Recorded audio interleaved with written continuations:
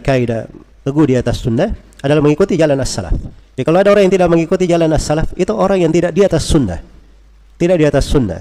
Kalau dia menganggap dirinya bisa teguh di atas sunnah tanpa mengikuti jalan as-salaf, itu namanya menghayal. Sebab telah dijadikan jalannya para sahabat radhiyallahu taala anhum barometer kebenaran. Dan Allah memuji jalan mereka.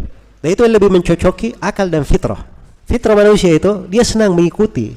Anak kecil itu dia tumbuh dengan karakternya, itu dia senang mencontoh ayah atau ibunya atau siapa yang berada di sekitarnya.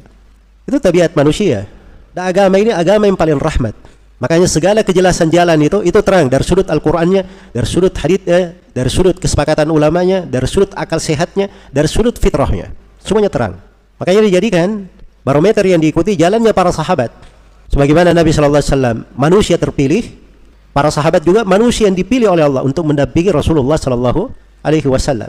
Di antara dalilnya dari Al-Qur'an menjelaskan kelurusan jalan para sahabat dan wajibnya kita mengikuti mereka adalah firman Allah Subhanahu wa taala di surah Al-Baqarah. Fa in amanu bimithli ma amantum bihi faqad ihtadaw. Di akhir juz 1. Kalau mereka kaum musyrikin itu beriman seperti keimanan kalian wahai para sahabat, maka sungguh mereka ini telah berada di mana? Di atas petunjuk.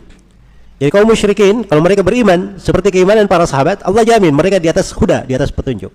Berarti ukuran kebenaran mengikuti jalannya para sahabat Rasulullah sallallahu alaihi wasallam. Bahkan dijadikan jalan mereka satu-satunya jalan yang mengantar kepada Allah, jalan yang diridhai, dipuji.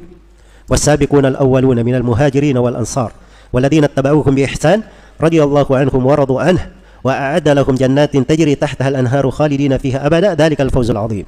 Orang-orang yang terdahulu lagi pertama dari kalangan sahabat muhajirin dan al-ansar. Dan siapa yang mengikuti mereka? Jadi yang dipuji tiga. Dua sahabat muhajirin dan al-ansar, ini wakil untuk seluruh sahabat ya. Sebab sahabat itu cuma dua, kalau bukan muhajirin berarti apa? Al-ansar. Dan orang yang mengikuti mereka, bahasanya bi ihsan, mengikuti mereka bi ihsan dengan itqan.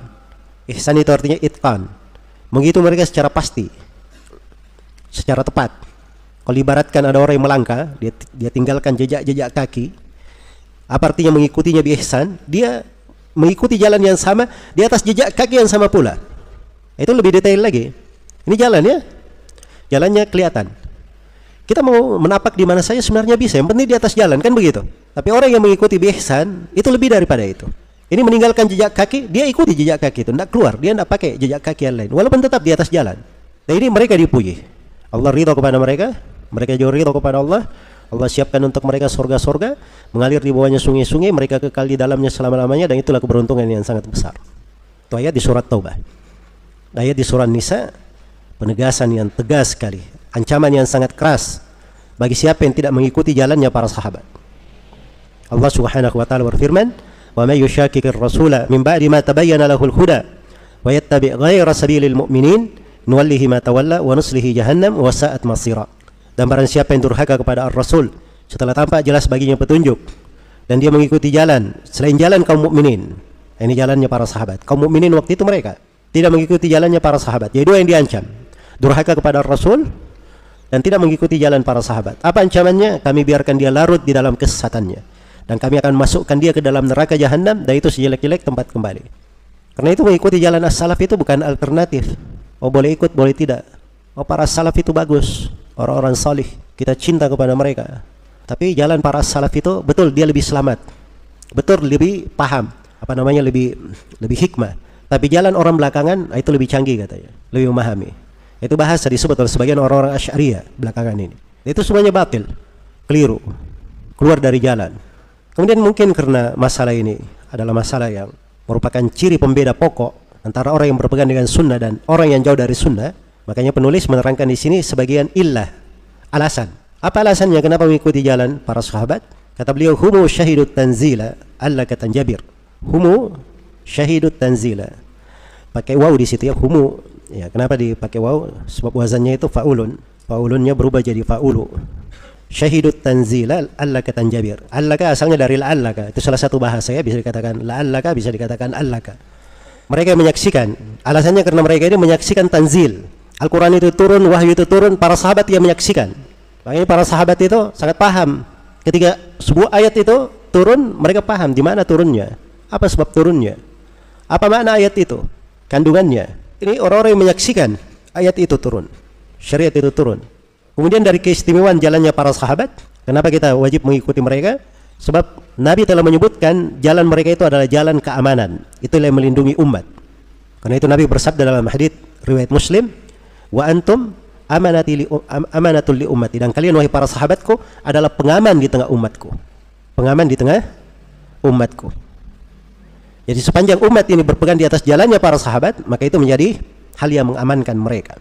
Kemudian yang ketiga, di antara sebab kenapa kita wajib mengikuti jalannya para sahabat, sebab para sahabat itu orang yang paling bersih hatinya, paling kuat keimanannya, dan paling sedikit takallufnya. Iya. Jadi mereka mengerjakan sesuatu itu apa adanya. Bukan orang yang membebani dirinya, memberatkan dirinya, baru bisa kerja. Tapi itu dibangun di atas dasar hati yang bersih, ketundukan kepada Allah, sehingga berjalan dengan sangat wajar di tengah mereka. Dan dari sudut lainnya, para sahabat itu orang-orang yang paling fasih di tengah orang Arab.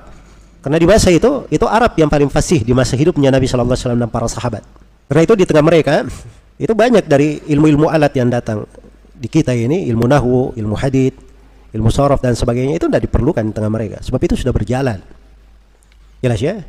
Karena orang-orang Arab fasih itu, lisannya itu tidak bisa berucap salah.